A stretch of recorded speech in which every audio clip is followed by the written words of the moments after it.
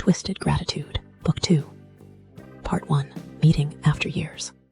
The Singapore sun greeted them with a humid heat and the blinding glint of glass skyscrapers as Leon's private jet touched down on the runway. Mary's heart pounded so hard it felt like it was about to leap out of her chest. Her entire past life in Munich, her icy marriage to Lucas, and the years of uncertainty seemed like a bad dream, completely dispelled with her first step down the steps. A luxurious executive motorcade stood at the foot of the VIP terminal, but Mary didn't look at the cars. Her gaze was instantly drawn to the couple hurrying toward her. Emanuel Kaiser had hardly changed, except that his hair had acquired a noble gray, and his leonine bearing remained unchanged. Helen Kaiser was still as graceful and beautiful as ever, only her face bore the marks of many years of pain.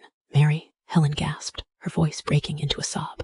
Mom, Dad. Mary rushed forward, forgetting all the rules of social etiquette. They locked in a tight, desperate embrace. It was a reunion forged by years of separation, tears, and the Reich family's lies. Emanuel stroked his daughter's hair, his hands visibly shaking, while Helen kissed her cheeks incessantly, as if unable to believe that before her stood not a ghost, but her own grown, incredibly beautiful daughter. You survived, darling. You made it, Emanuel whispered, barely holding back his tears. Forgive us, Mary. Forgive us for not being there. It's not your fault, Mary replied, clinging tighter to her parents. The main thing is that we're together again. A few minutes later, Emanuel pulled away and turned his gaze to Leon, who was standing a little further away. The younger Schneider stood calmly, his hands in the pockets of his immaculate pantsuit, letting the family savor the moment, but his gray eyes never left Mary's. Emanuel approached Leon and, without further ado, shook his hand firmly, like a man, then pulled him into a grateful embrace. You did what seemed impossible, Leon, the elder Kaiser said, with deep respect. You didn't just save my daughter's name, you gave us back our reason to live.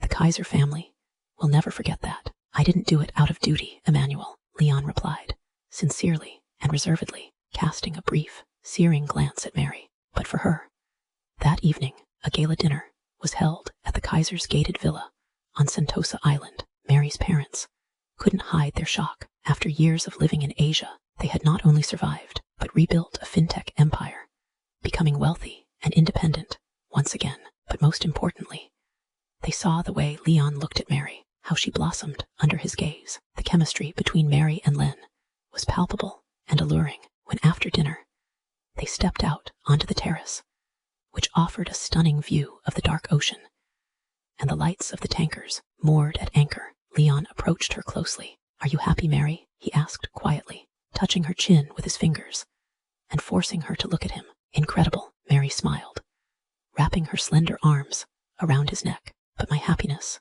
would be incomplete without you. Leon pulled her to him by the waist, and their kiss, against the backdrop of the night ocean, was filled with deep tenderness and a passion that flared with renewed intensity. However, at that very moment, on the other side of the world, in a gloomy cell in a Munich pretrial detention center, Lucas Reich sat on a bunk, clenching his fists until they bled. He had only a few days left to live free until his trial, but a diabolical plan had hatched in his insane mind. If I don't have you, Mary, he prophesied into the darkness, no one will have you.